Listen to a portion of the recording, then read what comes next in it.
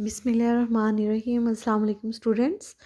आज मैं आप लोगों को चैप्टर नंबर 10 करवाऊंगी according to the smart syllabus के मुताबिक जो रिकमेंडेड हुआ है आपको पंजाब बोर्ड की तरफ से। तो उसमें जो जो टॉपिक्स 10th चैप्टर में इंक्लूड होंगे वो मैं आपको करवाऊंगी अकॉर्डिंग टू स्मार्ट सिलेबस। ठीक है। तो माशरा जो है जिसको हम सोसाइटी कहते हैं, तो माशरा अरबी ज़बान का लफ्ज़ जिसके मायने मिलजुल कर रहना या इकट्ठे ज़िंदगी बसर करना है। तो माशरा जो है is a collection, society is a collection of people है। ठीक है, लोगों का इज्तिमा है जो कि एक जगह जोग्राफी तौर पर रह रहे हों और उनका कल्चर जो है सकाफ़त एक जैसे हो। ठीक है, उसको भी हम माशरे का नाम देते हैं। माशरे की इब्तदा जो है, क्योंकि अकॉर्डिंग टू अरिस्टोटल अरस्तू के मुताबिक man is a social animal, ये इंसान समाजी हैवान है। इंसान जैसे इस दुनिया में आया है वो अकेला ज़िंदगी गुजार ही नहीं सकता, उसे अपनी ज़रूरियात के लिए दूसरे लोगों की ज़रूरत होती है। ठीक है, तो इसलिए वो फिर ग्रोह में रहता है, ग्रोह से माशरा वजूद में आता है। तो माशरा जो है, माशरे में रहने की वजह से फ़र्द जो है इंसान है, क्योंकि माशरे में रहने के वो तौर तरीके सीखता है, उसकी तरबियत होती है, वो दूसरे लोगों के साथ इंटरेक्शन करता है। ठीक है, जिसकी वजह से वो उसमें सिविलाइजेशन या तहज़ीब आ जाती है। ठीक है, और ये सारा अमल जो होता है वो तरबियत के ज़रिए होता है। मुख्तलिफ जो सोशल थिंकर्स हैं उन्होंने फ़र्द की माशरती ज़िंदगी की अहमियत के लिहाज से उसको बताया कि फ़र्द जो है वो माशरे के बगैर नहीं रह सकता है, या इंसान की फ़ितरत में ही है कि वो माशरती ज़िंदगी गुजारता है। ठीक है, मुख्तलिफ थिंकर्स ने इसके बारे में मुख्तलिफ जो है अपनी थॉट पेश किए हैं। जैसा कि शाह वलीउल्लाह ने फरमाया कि अपनी ज़िंदगी जिस्म जान की हिफाजत के लिए और अपनी नस्ल की बका के लिए माशरती ज़िंदगी वजूद में आती है। इमाम गज़ाली ने ग्रोही ज़िंदगी को इंसान के लिए ज़रूरी करार दिया है। फरमाया कि इंसान की तख्लीक इस तरह हुई कि खुद अकेला नहीं रह सकता, बल्कि दूसरों का मुस्तकिल हाजतमंद होता है और उसकी ख्वाहिश होती है कि उस जैसा इंसान हमेशा उसके साथ रहे। ऑगस्ट कॉम्ट ने भी कहा, माशरा इसलिए वजूद में आया कि इंसान एक दूसरे से मिलजुल कर रहने की ज़रूरत महसूस किए। ठीक, इस तरह इंसान जो है वो इकट्ठी ज़िंदगी गुजारता है और उससे फिर क्या होता है कि बस्तियाँ, गाँव, कस्बे और शहर बसाता है। इस तरह माशरे को वजूद में ये सब चीज़ें जो हैं लाती हैं। लफ्ज़ी मायने, अंग्रेज़ी लफ्ज़ सोसाइटी, माशरा, लातीनी ज़बान के एक लफ्ज़ सोशियस या से माखूज़ है, जिसके मायने अंजुमन या जमात के हैं। डिफरेंट थिंकर्स ने, सोशियोलॉजिस्ट ने जो है वो सोसाइटी की डेफिनेशन की है। मिकाइवर के मुताबिक माशरती साख्त का वो निज़ाम जिसमें और जिसकी बुनियाद पर हम ज़िंदगी बसर करते हैं माशरा कहलाता है। यंग एंड मैक के मुताबिक माशरा वो सबसे बड़ा माशरती ग्रोह या अफराद का मजमूआ है जिसमें मुश्तरका सकाफ़ती अंदाज मौजूद हों और जो जुमला बुनियादी अदारों का अहाता किए हुए हो। गिडिंग्स कहता है माशरा अफराद का एक ग्रोह है जो मुश्तरक मफाद या दिलचस्पी के लिए एक दूसरे से ताउन करता है।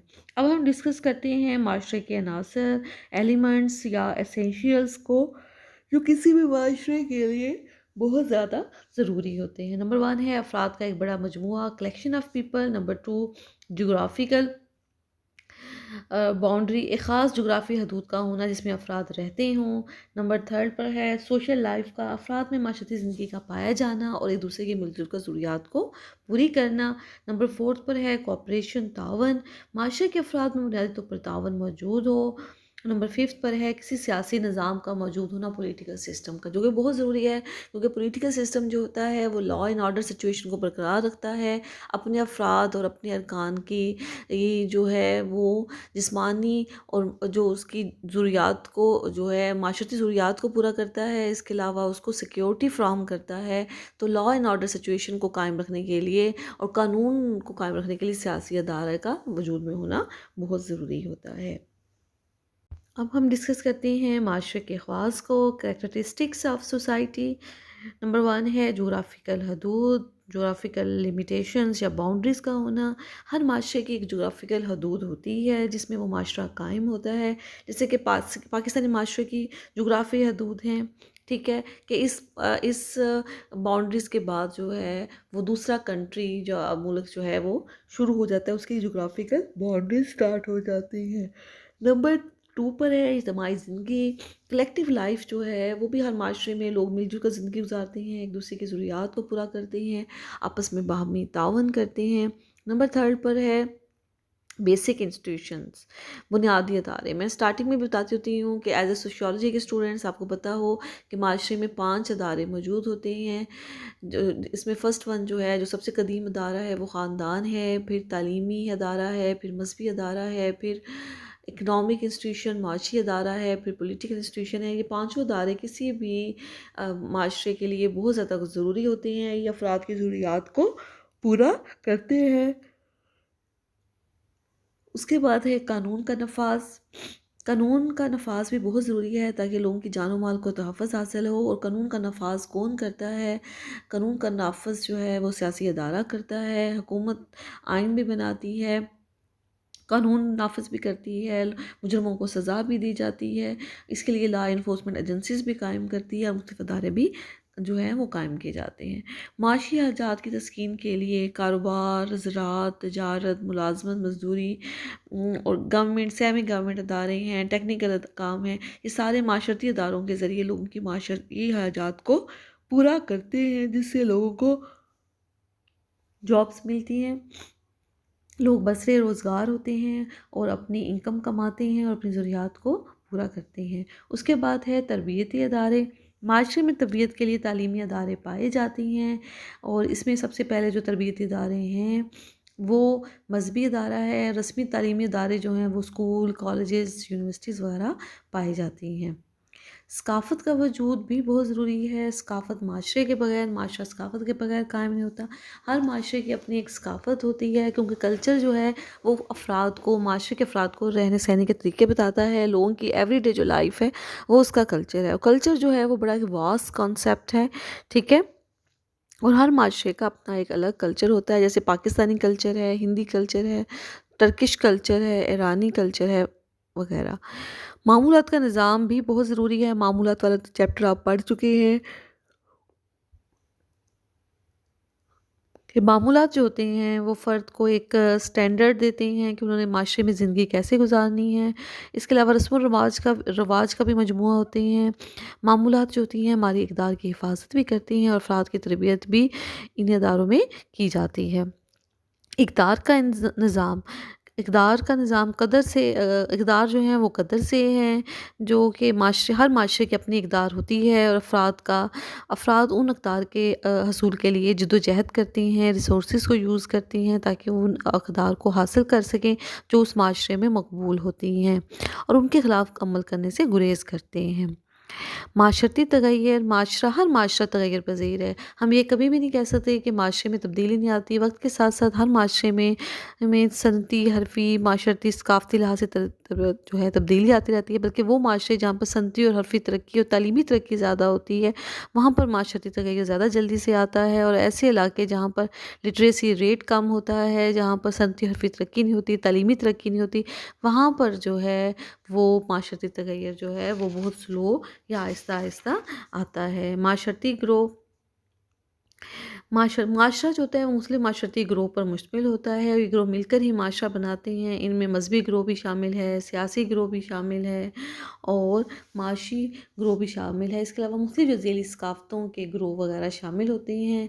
ज़ेली सकाफ़तें वो होती हैं जो किसी भी सकाफ़त का, जिसको हम सब कल्चर्स का नाम भी देते हैं, क्योंकि एक सकाफ़त के अंदर मुख्तलिफ किस्म की सब ज़ेली सकाफ़तें भी पाई जाती हैं और उनके मुख्तलिफ ग्रोह भी मौजूद होते हैं। अब हम बात करते हैं माशरे के आगाज़ और इर्तिक़ा की, ठीक है। Beginning and evolution of society, कि माशरे का आगाज़ कैसे हुआ, माशरे में इर्तिक़ा कहते हैं तब्दीली को, माशरे में तब्दीली कैसी आई, इसके बारे में मुख्तलिफ़ किस्म के नज़रियात और जो हैं वो बहुत से माहिरीन ने माशरे के आगाज़ और इर्तिक़ा के मुतल्लिक़ बहुत से माहिरीन ने अपने नज़रियात बयान किए हैं। थॉमस हॉब्स कहता है कि इंसान शुरू में बिल्कुल अलहदगी और तन्हाई की ज़िंदगी बसर करता था।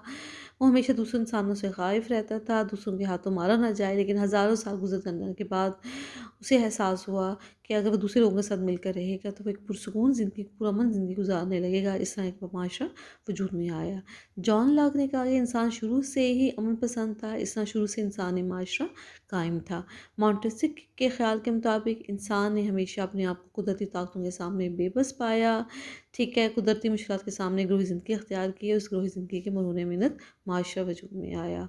कॉम्ट के मुताबिक, जिसको हम इमरानियत का बानी भी कहते हैं, वो कहता है कि इंसान ने एक दूसरे से मिलजुल कर रहने की ज़रूरत को महसूस किया, जिससे माशरा वजूद में आया और माशरा में तरक्की ज़रूरी है। अकॉर्डिंग टू हर्बर्ट स्पेंसर के मुताबिक माशरा इंसानी जिस्म की मानद है और जिसके अज़ा एक दूसरे से जुड़े हुए हैं। जिस तरह जिस्म के हिस्से एक दूसरे पर डिपेंड करते हैं, इस तरह माशरे के अदारे ग्रोह एक दूसरे पर डिपेंड करते हैं, एक दूसरे के ज़रूरियात को पूरा करते हैं, एक दूसरे के बगैर नहीं रह सकती हैं। इसलिए उसने कहा कि माशरे में इर्तिका यानी तरक्की होना एक फ़ितरी अमल है। अच्छा, जो स्पेंसर वाला जो पॉइंट है ना, ये बड़ा जो है इम्पोर्टेंट है, ये मोस्टली जो है ऑब्जेक्टिव में भी आ जाता है। अब हम बात करते हैं माशरे के इर्तिका के अनासर की, elements of evolution of society, कि बहुत सारे अनासर हैं, एलिमेंट्स होते हैं, फैक्टर्स होते हैं जो माशरे में तब्दीली लेकर आते हैं, माशरे में तरक्की का बायस बनते हैं। वो कौन कौन से होते हैं?